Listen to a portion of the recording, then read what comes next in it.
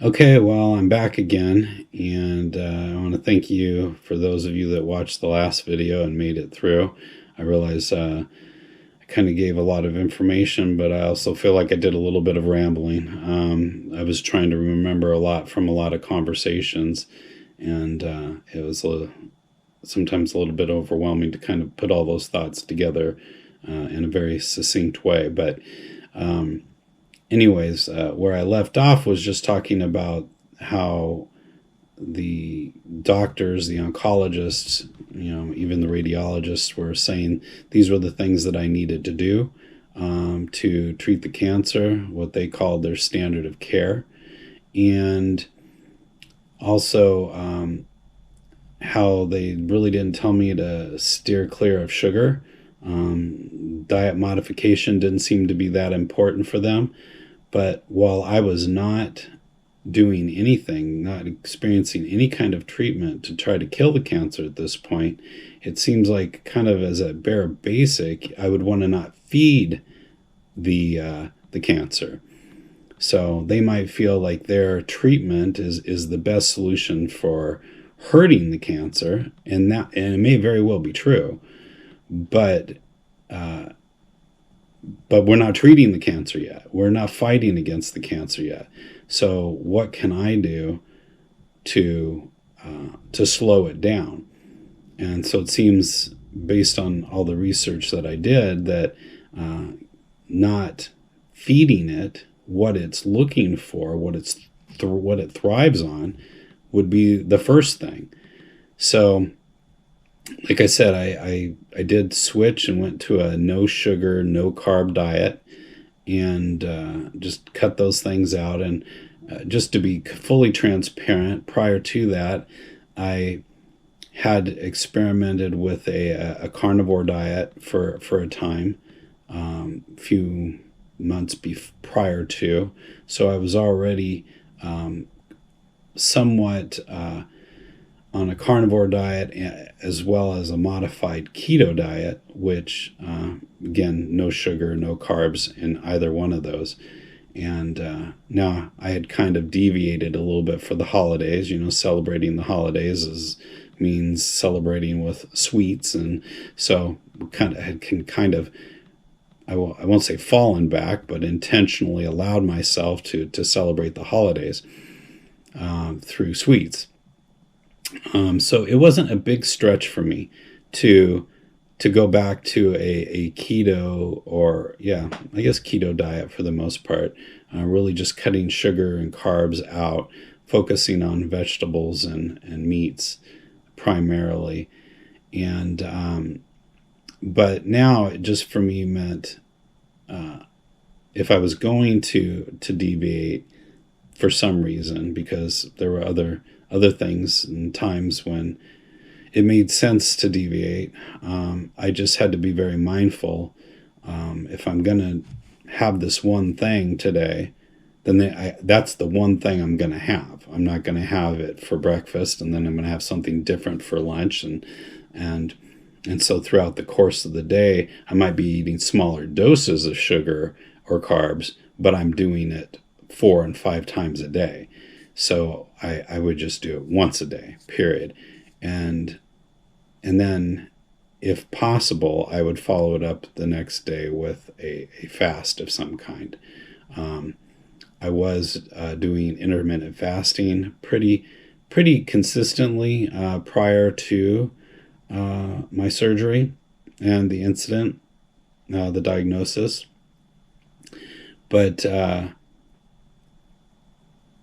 did I do it 100% of the time? No. Again, there was some deviation there depending on my work schedule and other issues.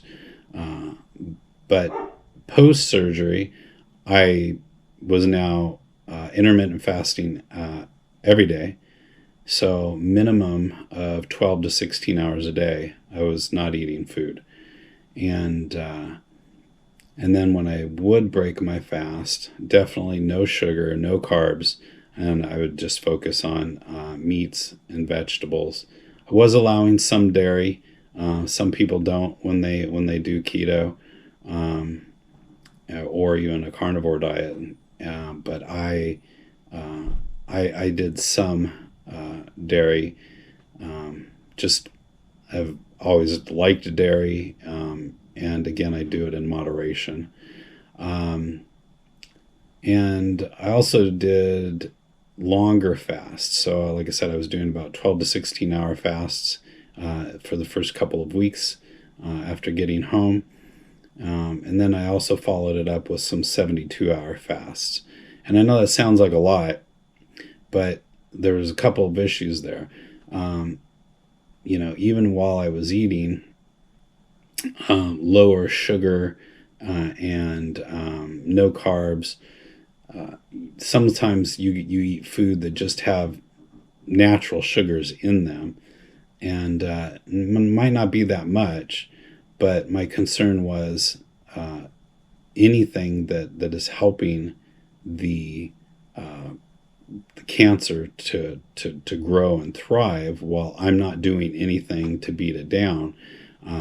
I want to do as little as possible. So did some research and discovered where people were doing 72-hour fasts and seeing some really positive impact from uh, keeping any kind of fuel on that cancer fire for 3 days at a time. And so did that once a week, again, while I was waiting for treatment.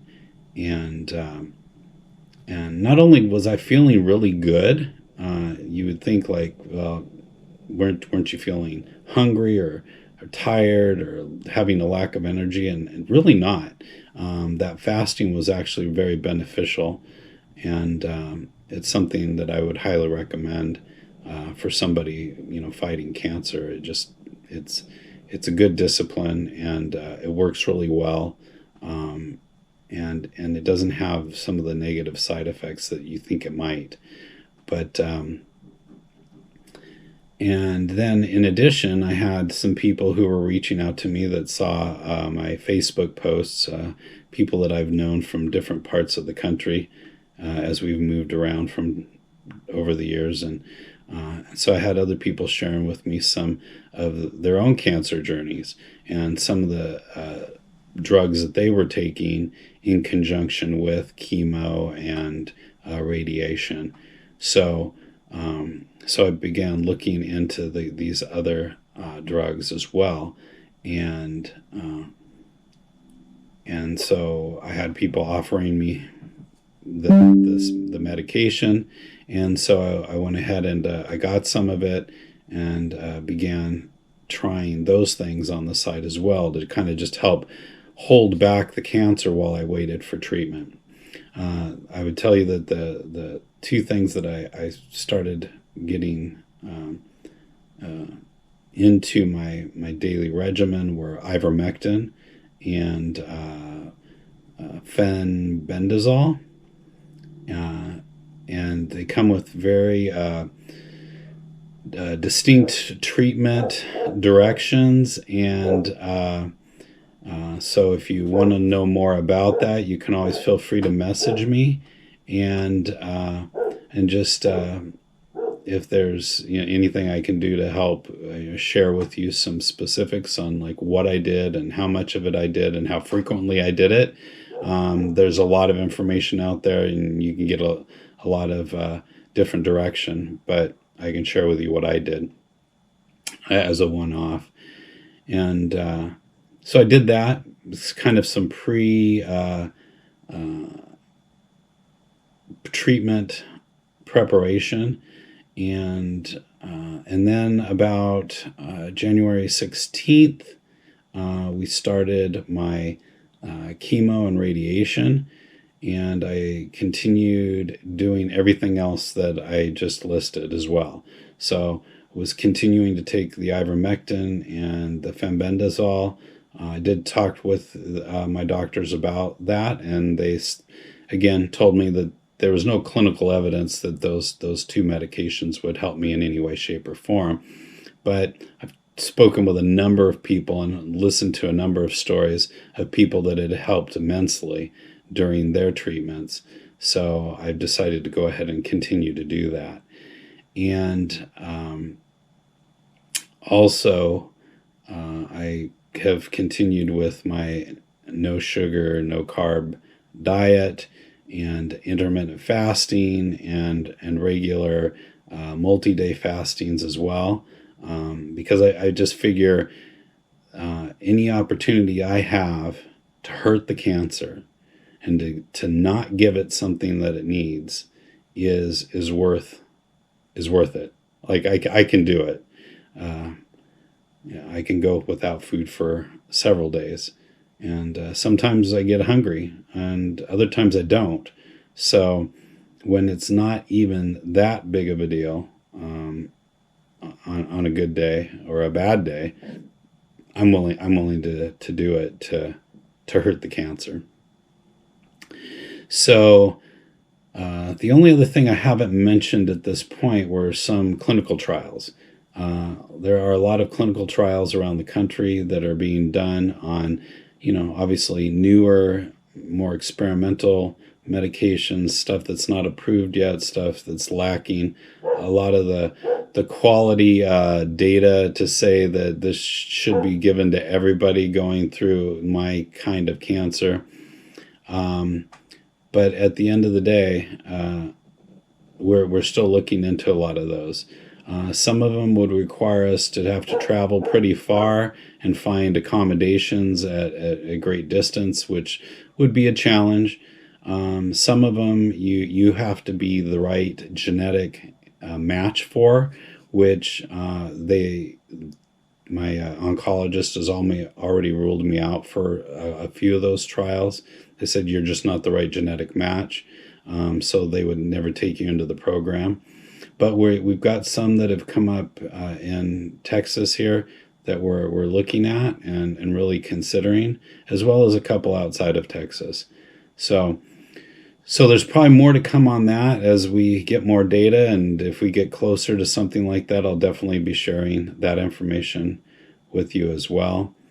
And yeah, I feel like that's a lot. I feel like I've downloaded a lot of information there on what I've been up to. I guess the one thing I would want to share. So my radiation and chemo started back on the 16th of January, and at the time of recording this, it's the 26th. So we're talking 10 days I've been on it, and I would say that I felt pretty good for the 10 days that I've been on those two forms of treatment. And so that's been a positive, which is what they were kind of expecting. They were expecting me to handle this treatment well because of my genetic issues, and not only just the genetic traits of the cancer, but also the other gene things that I have going on in me. And just done pretty well for the most part. Have had no appreciable side effects. One day I woke up and felt a little bit nauseated, but that was it. And I realized it's only been 10 days, so there's a lot that could happen going forward. But just again, to be completely clear and transparent, the last couple days I have felt very tired, a little bit more fatigued than normal, and so anyways, I just I don't know if that's going to become just a common theme going forward. Fatigue is part of a chemo side effect, but just the last 2 days I've been much more sluggish than I've been since all of this happened. And so I just wanted to share that for, again, anybody else that might be going through something similar. I didn't want to make it seem like, oh yeah, I'm doing great and I haven't had any issues at all. Overall, I've been doing very well, at least in my opinion, and based on what other people are saying as well. But lately, the last couple of days, the fatigue has been a little overwhelming. So all I can do is pray that doesn't last for the whole length of the treatment. and that's maybe somehow I just I'm able to overcome that. So it's a prayer request. If you want to be praying for me, definitely could use prayer for obviously a complete healing of the cancer, but also but just handling the fatigue a little bit better, because it does make it difficult even wanting to sit down and record this video. And I was going to start literally hours ago, and I just couldn't muster up the energy to do it. It took some time, and I finally got to a point where I was feeling decent enough to sit down in front of the camera. And I just hope that this these last couple of videos that I recorded today have been worthwhile. Me personally, I'm not able to kind of self-check myself because of just feeling tired. And so I imagine I can go back and watch them later, and but I'll probably want to upload them first and just get them out there. So anyways, for the future, hopefully I'll just have more strength and feel a little bit more energized, and not so tired when I need to record, because I don't always have the opportunity to record. Some days are just filled with appointments and people visiting and other activities, and so I kind of have to do this when I can. And if I'm not feeling up to it, then you're going to get a less than exuberant version of me. So anyhow, I'm going to go ahead and wrap it up for now, and continue to share with you more of how things are going in the next couple of days. So thanks again for your time. And again, I encourage you to leave comments and share your own stories down below. And let me know if you have any specific questions, things that I'm not addressing that you'd like to know. I would love to make it conversational. If there were 10 or 15 or 20 questions of things that people really wanted to know, I'd love to answer them. So this is just one forum for getting information out to people, and it's all one-sided, so I really need other people to participate to make it more conversational. So thanks for your time, and thanks for listening, and I'll talk to you again soon.